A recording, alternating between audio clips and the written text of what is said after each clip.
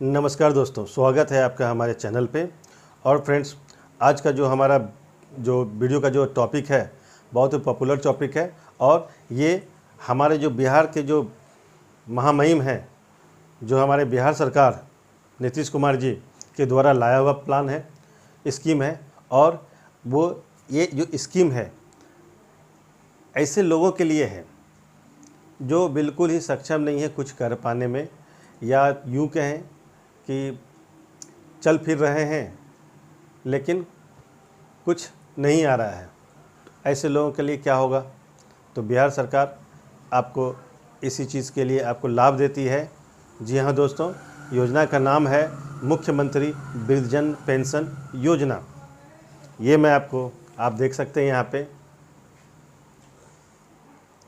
तो ये जो योजना है, इस योजना का लाभ हमारे उन वृद्ध व्यक्तियों को मिलेगा जिनकी उम्र 60 वर्ष हो गई है या 60 से ऊपर हो गया है।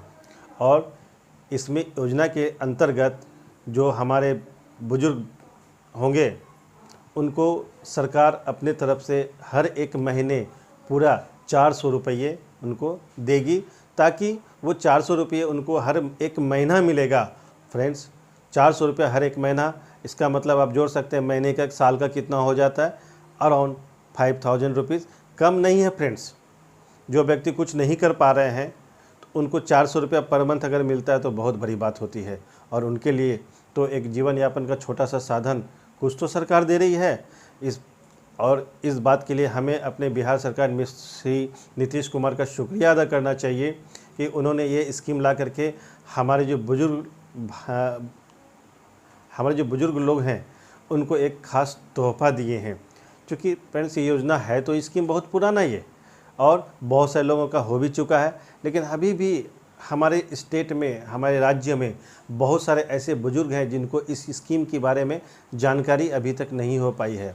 तो आइए हम लोग एक मुहिम शुरू करते हैं, ताकि जो भी छोटे बड़े लोग हैं उन तक ये जो वीडियो है उनको हम पहुंचा करके, और ऐसे जो लाभुक हैं जो उनको ये लाभ नहीं मिल पा रहा है उन तक ये वीडियो पहुंचाएं, और ताकि वो इस योजना का लाभ, इस स्कीम का लाभ ले सकें और उनको कुछ पैसे सरकार की तरफ से मिलता रहे, और उनको गुजारा भत्ता जो भी मिलता है सरकार की तरफ से वो उनके लिए जीवन यापन का एक छोटा सा संसाधन तो बन ही सकता है। तो आइए हम आपको इसका पूरा प्रोसेस हम बताएंगे आपको कि किस तरीके से हम इस फॉर्म मुख्यमंत्री वृद्धजन पेंशन योजना का जो आवेदन है उसको फिल करेंगे, और किस तरीके से कहाँ पे हम लोग इसे जमा करेंगे, ताकि उनका जो मुख्यमंत्री वृद्धजन पेंशन योजना स्कीम का लाभ जल्दी से जल्दी उनको हम दिला पाएँ। तो आइए अब ज़्यादा बात नहीं करते हुए सीधा आपको डैशबोर्ड पे लेके चलते हैं। आइए शुरू करते हैं। फ्रेंड्स, हम अपने डैशबोर्ड पे आ गए हैं और अब हम आपको बताने जा रहे हैं मुख्यमंत्री वृद्धजन पेंशन योजना के लिए हम आवेदन कैसे करेंगे। तो फ्रेंड्स, मैं आपको बता दूं, पहले मुख्यमंत्री वृद्धजन पेंशन योजना हम लोग दो तरीके से आवेदन कर सकते हैं। पहला जो तरीका है हमारा वो होगा ऑफलाइन मोड, और दूसरा तरीका हमारा है ऑनलाइन मोड। दोनों ही तरीका बहुत सरल है, बहुत आसानी से आप कर सकते हैं। तो सबसे पहले मैं आपको ऑफलाइन मोड में दिखाता हूं कि हम लोग किस तरीके से ऑफलाइन मोड के जरिए मुख्यमंत्री वृद्धजन पेंशन योजना का आवेदन फिल करेंगे। तो मैं आपको अब दिखाता हूं। तो आप देख सकते हैं यहाँ पे ये हमारा फॉर्म खुल के सामने आ गया है, जिसमें साफ तौर पे लिखा हुआ है मुख्यमंत्री वृद्धजन पेंशन योजना के लिए आवेदन। ये बात क्लियर हो गया। प्रपत्र 1, तो आवेदन प्रपत्र 2 प्रतियों में भरें। फ्रेंड्स, ये जो फॉर्म है इस फॉर्म का लिंक मैं अपने डिस्क्रिप्शन बॉक्स में डाल दूंगा। आप इस फॉर्म को वहाँ से डाउनलोड कर करके प्रिंट करके इसको आप फिल कर सकते हैं। तो सबसे पहले मैं आपको ये क्लियर अच्छे तरीके से बता दूं कि मुख्यमंत्री वृद्धजन पेंशन योजना का लाभुक का उम्र क्या होना चाहिए। तो सबसे पहले लाभुक का जो उम्र होगा वो होगा 60 प्लस, 60 साल से ऊपर। तो ये सबसे पहला कंडीशन फिल होना चाहिए। और उसके साथ में उनका जो आधार कार्ड है वो आपको आधार कार्ड उनका लेना पड़ेगा, और उसके बाद उनका वोटर कार्ड लेना पड़ेगा। और आप ये ध्यान रखेंगे वोटर कार्ड में भी उनका जन्म तिथि जो भी उसमें अंकित हो, उससे करंट डेट में जिस डेट में आप आवेदन जमा कर रहे हैं, उस तारीख तक, उस दिनांक तक उसका उम्र 60 साल हो जाना चाहिए। तो ये हुआ 2 पेपर हो गया, सॉरी दोस्त, 3 पेपर हो गया। एक तो फॉर्म हो गया, दूसरा आपने यहाँ पे आधार लगा दिया, वोटर कार्ड लगा दिया। अब आपको चाहिए वहाँ पे बैंक खाता। जो आवेदक होंगे, जो लाभुक हैं, उनका बैंक खाता वो आपको यहाँ पे लगाना पड़ेगा, उसका फोटोकॉपी लगाना पड़ेगा। और उसके अलावा बैंक का एक सहमति पत्र। तो फ्रेंड्स, आजकल सरकारी योजना जितनी सारी भी हैं, वो सारी की सारी योजनाओं का लाभ आप तभी ले सकते हैं जब आपका बैंक खाता एनपीसीआई से लिंक होगा। मतलब क्या कि आपके जो खाता है वो एनपीसीआई एनेबल्ड होना चाहिए। उसके बाद ही आप सरकारी जो लाभुक होता है, सरकार के द्वारा जो लाभ जो मिलता है लाभुक को किसी भी तरह की योजना में, तो वो एनेबल होना चाहिए। उसके बाद ही आप इसका लाभ ले सकते हैं। तो आइए मैं आपको दिखाता हूँ कि हम इस फॉर्म को किस तरह से फिल करेंगे। तो आप यहाँ पे देख सकते हैं, आवेदक का नाम है हिंदी में, आवेदक का नाम अंग्रेजी में। ये बिल्कुल स्पष्ट और क्लियर आपको लिखना चाहिए और साफ और सुंदर अक्षर में, ताकि जो भी व्यक्ति इस फॉर्म को आप जहाँ पे जमा करेंगे, अब कहाँ जमा करेंगे वही मैं आपको बता दूंगा। तो आप सबसे पहले इसको हिंदी और अंग्रेजी में लिख लेंगे। उसके बाद यहाँ पे पिता पति का नाम हिंदी में। तो अगर आवेदक कोई महिला होगी तो उसके पिता भी होंगे, तो उनका पिता का भी नाम जरूर देना है और उसके पति का भी नाम देना है। लिंग हिंदी में है फ्रेंड्स, आप लोग बहुत अच्छे तरीके से पढ़ करके आप इसको समझ सकते हैं। लेकिन फिर भी मैं आपको बता रहा हूँ, वीडियो थोड़ा सा लंबा हो रहा है, मुझे पता है। लेकिन हमारे जो बहुत सारे फ्रेंड्स हैं, जिनको ये बहुत आसानी से समझ में नहीं आता है, तो उनके लिए मैं थोड़ा सा ये बता देता हूँ, ताकि वो भी अच्छे तरीके से इसे समझ करके, और वो भी किसी भी व्यक्ति जिसका उम्र 60 साल से ऊपर हो गया है, उनको इस योजना का लाभ वो दिला पाए। और तो आगे बढ़ते हैं 4 नंबर में। पूरा पता, ग्राम, मोहल्ला, पंचायत, नगर, वार्ड, नगर निगम, नगर परिषद, थाना, प्रखंड, अनुमंडल, जो भी, इसको आप पूरी तरीके से फिल कर देंगे। कोटि, किस कास्ट से आप बिलोंग्स करते हैं, यहाँ पे अनुसूचित जाति में आते हैं या जनजाति में आते हैं, पिछड़ी जाति, अति पिछड़ी जाति, अल्पसंख्यक या सामान्य क्या है, सामान्य को भी मिलेगा। और अनुसूचित जनजाति या जनजाति जो भी है, उनको भी ये मिलना है। और इसमें हमारा जो सरकार है कोई भेदभाव नहीं करती है, वो सिर्फ ये देखती है कि किनका उम्र 60 साल से ऊपर हो गया है, उनको वो वृद्धजन पेंशन योजना का लाभ देती है। उसके बाद आपको यहाँ पे आधार संख्या बिल्कुल अनिवार्य से देना ही पड़ेगा, और आपको देना चाहिए ये वाला, तभी आपका काम आसानी से बन पाएगा। सूचना प्राप्त करने का मोबाइल नंबर, तो मोबाइल नंबर तो आजकल सभी के पास होते हैं, तो वो मोबाइल नंबर आपको देना है। ईमेल यदि हो तो क्लियर लिखा हुआ, ईमेल अगर नहीं भी है तो आपका चलेगा, कोई ज़रूरी नहीं है।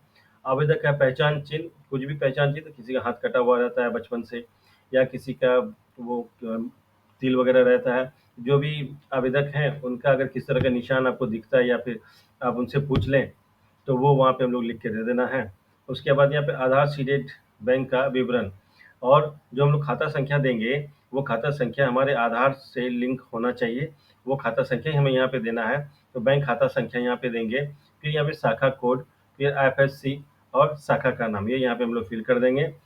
और आयु यथा आधार कार्ड में अंकित, आधार कार्ड में जो उनका एज है, जो डेट ऑफ बर्थ है, वो हमें यहाँ पे अंकित करना होता है, यहाँ पे हम लिख देंगे इसको। उसके बाद ये घोषणा है, वह क्लियरली का मैं निष्ठापूर्वक घोषणा करता हूँ या करती हूँ कि मेरी आयु 60 वर्ष या उससे अधिक है। मुझे सरकारी सेवा का पेंशन या पारिवारिक पेंशन एवं सामाजिक सुरक्षा पेंशन के किसी भी योजना अंतर्गत पेंशन स्वीकृत नहीं है। मैं, जो भी नाम है, जिला देश बिहार का राज्य का निवासी हूँ, प्रमाणित करता हूँ उपयुक्त विवरणी सही है। यदि कोई सूचना गलत या झूठा पाया जाए तो पेंशन के रूप में भुगतान की गई राशि राजस्व बकाये की तरह मुझसे वसूल कर ली जाएगी। तो फ्रेंड, अगर कोई गलत डेटा इसमें फीड करके वो चाहेगा कि वो इसको योजना का लाभ ले सके, ऐसा होता नहीं है। लेकिन अगर ऐसा कोई करता है तो उनको ये लाभ बिल्कुल नहीं मिल पाएगा, और बाद में जो सरकार है उनसे वो जो है वो सारी की सारी वसूल राशि जो उनको दी गई है, वो सरकार उनसे वसूल कर सकती है, ये राइट सरकार के पास में है। तो बस आगे बढ़ते हैं। तो ये तो आपने यहाँ पे फॉर्म फिल कर लिया, इस पहला वाला जो पेज है, जो क्या है, मुख्यमंत्री वृद्धजन पेंशन योजना के लिए आवेदन प्रपत्र 1, तो ये आप देख लिया। अब मैं इसका दूसरा जो पेज है ये भी मैं दिखा देता हूँ। तो इस पेज पे हमें कुछ भी भरने की ज़रूरत नहीं है, ठीक है। और ये हमारा जो है प्रखंड विकास पदाधिकारी, जिसको हम लोग ब्लॉक बोलते हैं, ब्लॉक के अंदर में जो प्रखंड विकास पदाधिकारी जो होते हैं बीडीओ, ठीक है, ब्लॉक डेवलपमेंट ऑफिसर, वो यहाँ पे सिग्नेचर करेंगे। स्वीकृति पदाधिकारी का आदेश, अनुमोदन पदाधिकारी का हस्ताक्षर मुहर, इन दोनों में से कोई एक भी हम लोग आवेदन जमा कर देंगे। बाकी जो है काम होगा वो ब्लॉक का होगा। किस तरीके से ये होगा ये भी मैं आपको बताऊंगा। और अनुलग्नक में फ्रेंड्स देख सकते हैं, विविध प्रपत्र में आवेदन 2 प्रतियों में रंगीन फोटो सहित, मतलब आपका पासपोर्ट साइज फोटो आप यहाँ फॉर्म में देख सकते हैं। सॉरी दोस्त, मैं थोड़ा सा जल्द बताने में, जल्दी से बताने में भूल गया था।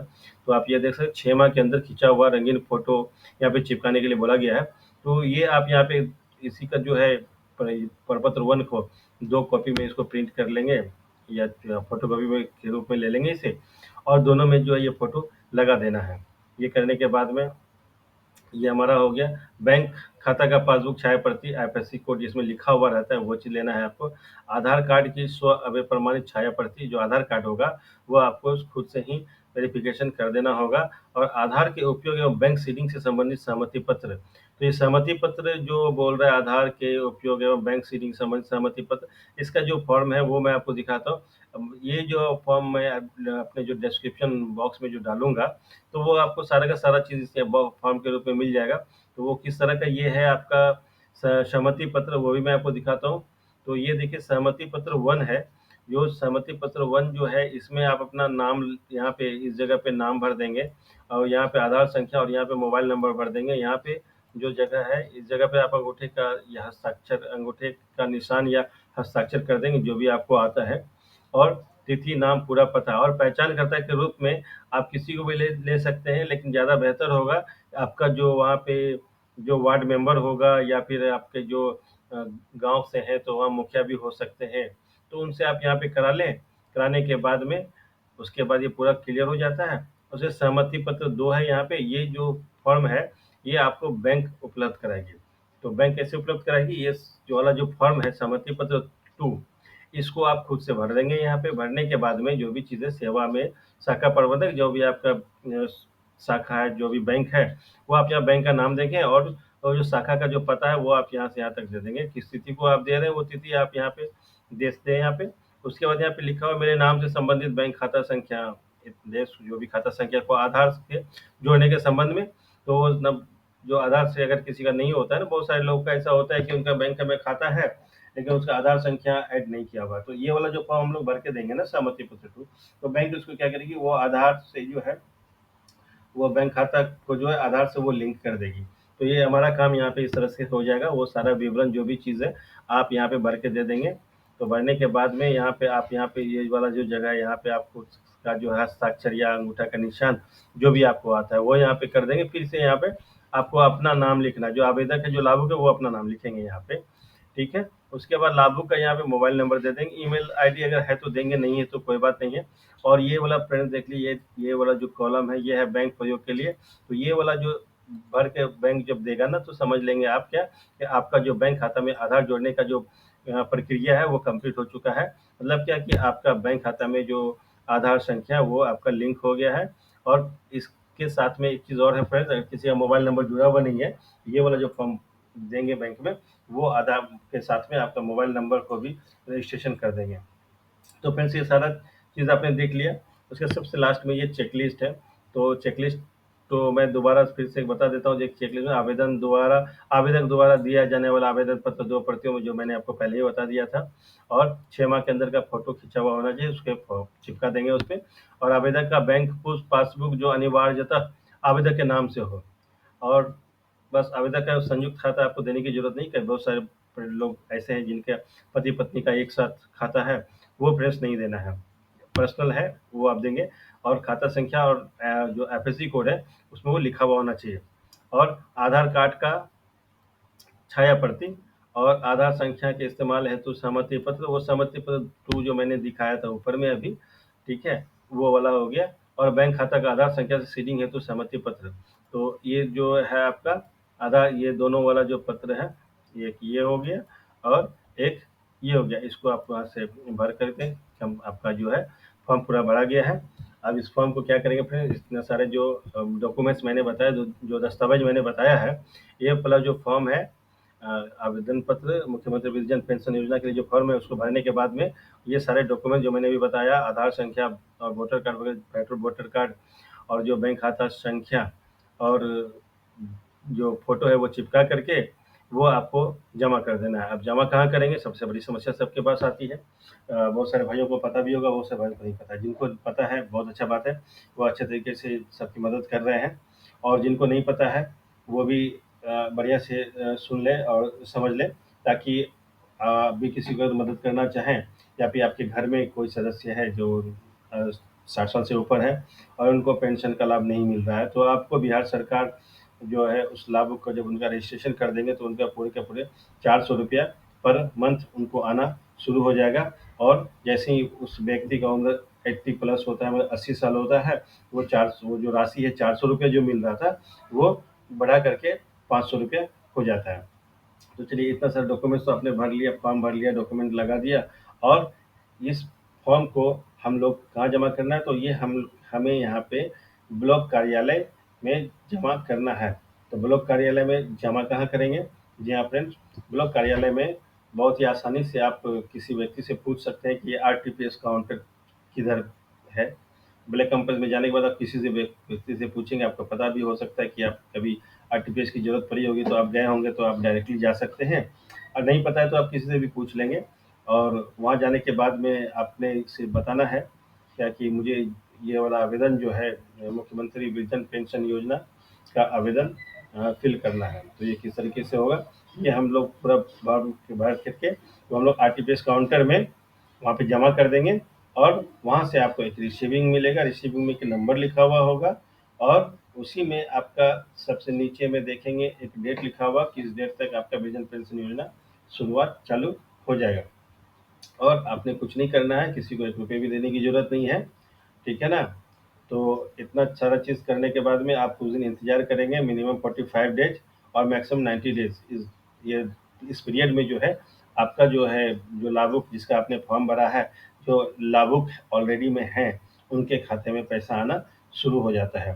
तो ये जो प्रोसेस मैंने बताया फ्रेंड, ये कंप्लीट ये ऑफ़लाइन का प्रोसेस है, और बिल्कुल जो जा सकते हैं ब्लॉक कार्यालय, वो खुद से जा करके इस प्रोसेस को पूरा कर सकते हैं। और फिर दूसरा जो प्रोसेस है वो हमारा होता है ऑनलाइन, ये उससे भी ज़्यादा आसान है।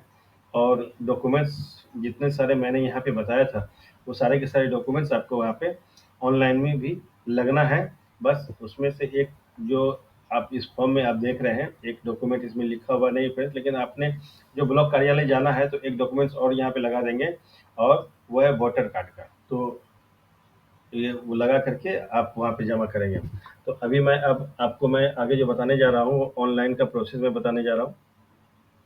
और ऑनलाइन प्रोसेस आप घर में ही बैठ कर के खुद से ही अपने घर के जो बुजुर्ग सदस्य हैं, उनका आप ऑनलाइन आवेदन खुद से ही भर सकते हैं। तो आइए हम आपको अब दूसरी प्रोसेस की ओर लेके चलते हैं, और दूसरी प्रोसेस में जाने से पहले मैं आपको दिखा दूँ कि उसका साइट क्या है और किस तरीके से यह काम करता है। दोस्तों, ये जो मेरा वीडियो है, जो हमारे जो लाभुक हैं, जिनको इसकी सबसे ज़्यादा ज़रूरत है, तो उन तक आप इस वीडियो को पहुँचाएँ, और पहुँचा करके आप उनकी मदद करें, ताकि इसके बाद वो भी किसी की मदद करेंगे, तो इससे क्या होगा, जितने भी हमारे बुजुर्ग लोग हैं और जिनको कमा नहीं पाते हैं, तो उनको भी तो खर्चे की थोड़ी ज़रूरत होती है। तो सरकार ऐसे लोगों को ही ये 400 रुपया पर मंथ दे रही है, ये बहुत बड़ी बात है, और वो आजीवन मिलता रहेगा जब तक वो व्यक्ति जीवित हैं, उनको 400 रुपया पर मंथ उनको मिलना है। तो फ्रेंड्स, मेरे वीडियो को लाइक, शेयर और सब्सक्राइब करके बेल आइकन के बटन को प्रेस करें, ताकि इससे संबंधित जो आने वाला जो वीडियो होगा हमारा, हो सकता है इससे ज़्यादा भी इम्पोर्टेंट वीडियो हो सकता है, वो आप तक पहले पहुँचेगा, और उसका नोटिफिकेशन सबसे पहले आपको ज़रूर मिलेगा। आप मेरे वीडियो को देखें और लाइक करें।